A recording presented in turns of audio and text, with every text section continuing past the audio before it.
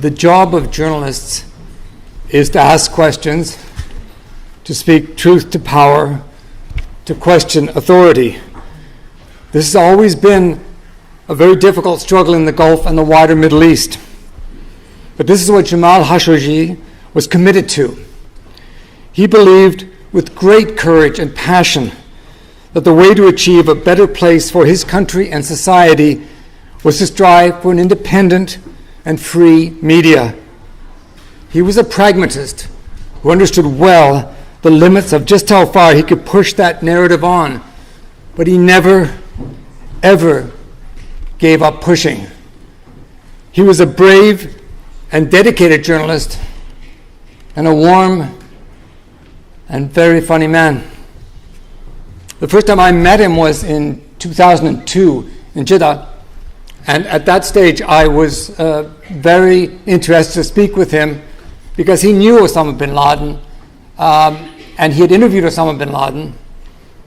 And so we had a conversation about Osama bin Laden.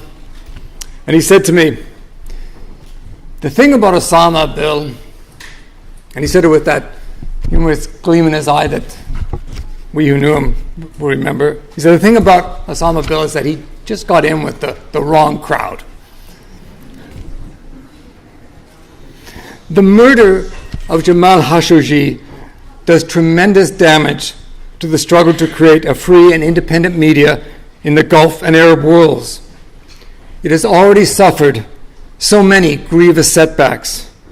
To name but one, the Bahraini news site Al Wasat, the only truly independent voice in the Gulf, was shuttered by the authorities in the summer of 2017 with scarcely a murmur here in the West.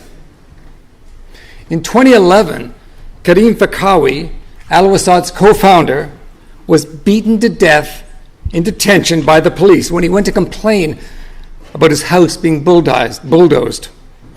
How quickly Karim's fate was forgotten. In 2017, the UAE sentenced a Jordanian journalist, Tazir al-Najjar, to 3 years in jail and a huge fine for, quote, insulting the symbols of the state.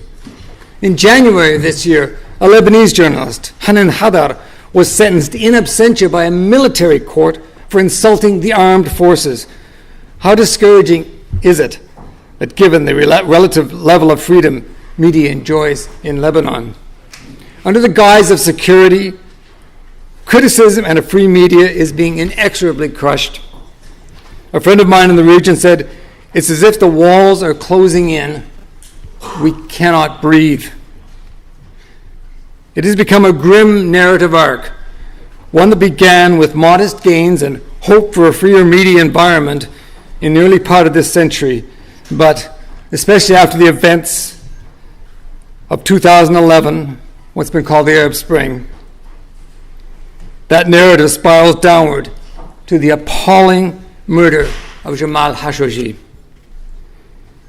It is telling that a chief demand of the Saudis and the Emiratis when they launched their land, air, and sea blockade of Qatar last June, joined by the Egyptians and the Bahrainis, was the shuttering of Al Jazeera. Al Jazeera is not without its faults, but thank goodness that Qatar has withstood the siege. Even MBS has had to acknowledge that. And Al Jazeera remains safe. Nonetheless, we're at a very low point for journalism in the Gulf and the wider Middle East.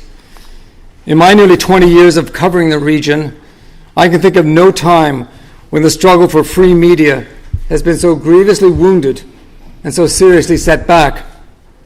The killing of Jamal Khashoggi, especially if the man I and many others believe is responsible for his death, Mohammed bin Salman, if Mohammed bin Salman is allowed to get away with it, as I fear now seems the case, Jamal's killing will only empower further atrocities and reprisals. The tame media will reflect the views and attitudes of the ruling families. Those journalists who want to ask questions dare not, and silence will not be an option. Those who stay silent because they cannot stomach parroting lies will be seen as traitors, or as the President of the United States calls honest journalists, enemies of the people. In Saudi Arabia, the United Arab Emirates, and Bahrain, media is the slave of its masters. It is a new form of Stalinism, Gulf Stalinism, whereby the media is the mouthpiece of the rulers. For the sake of my murdered colleague, Jamal Khashoggi, I don't want to end on a note of pessimism, because to do so would be to acknowledge his death was in vain. It was not. What he believed in, what he stood for, and wrote about, what he died for, is the way forward. The Gulf and its citizens, and citizens throughout the Middle East, will only realize their full potential in a society where free media flourishes. That is what Jamal passionately believed, and he was right. Jamal is a martyr to that noble cause. Dictators and their lies do not endure. Speaking truth to power, even with all the terrible consequences it entails for journalists, ultimately brings those lies crashing down around those dictators. Thank you, Jamal, for your great and courageous journalism, your dedication, your commitment, your humor, and your kindness. Know that you will not be forgotten, and that your death is not in vain. Thank you.